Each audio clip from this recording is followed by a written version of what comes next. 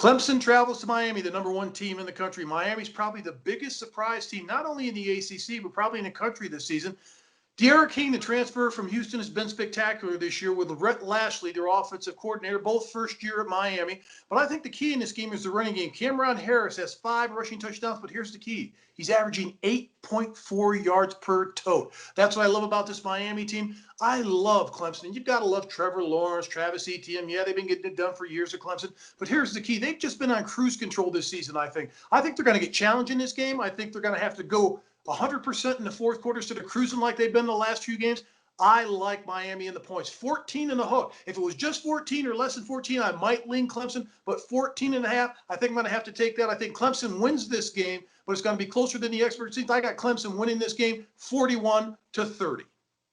What a difference a year makes. You mentioned Derek King transferring from Houston and bringing Rhett Lashley from SMU. Last year, Miami was one of the poorest offensive football teams in the entire country, and yet they've done one tremendous job. But one of the reasons they've been able to do it, Mark, is not only Derek King, but they have 4 or 5.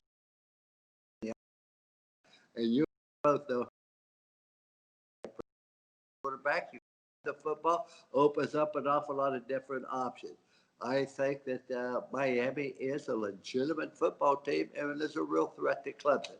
On the other hand, Clemson is so talented. Trevor Lawrence, I mean, he's unbelievable what he has done during his career. He can throw and he can run. We saw what he did against Ohio State in the bowl game last year. And then, of course, in ETN, they have the best running back in the entire country. You know, Mark, he might be the first player to ever win 3 straight ACC Players of the Year.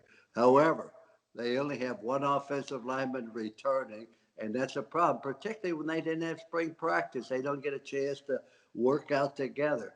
I look at this, and every year, Clemson stubs their toe one time. Last year, they were lucky to beat North Carolina. They lost by 1 point. Why? Because North Carolina went for 2 in the last minute instead of kicking the extra point, taking their chance in overtime. The year before, they got upset by Syracuse. Every year, this might be the time. I think Clemson will prevail because it's at home, because they have Trevor Lawrence, because they have ETN. But I think it's Clemson 24, Miami 21.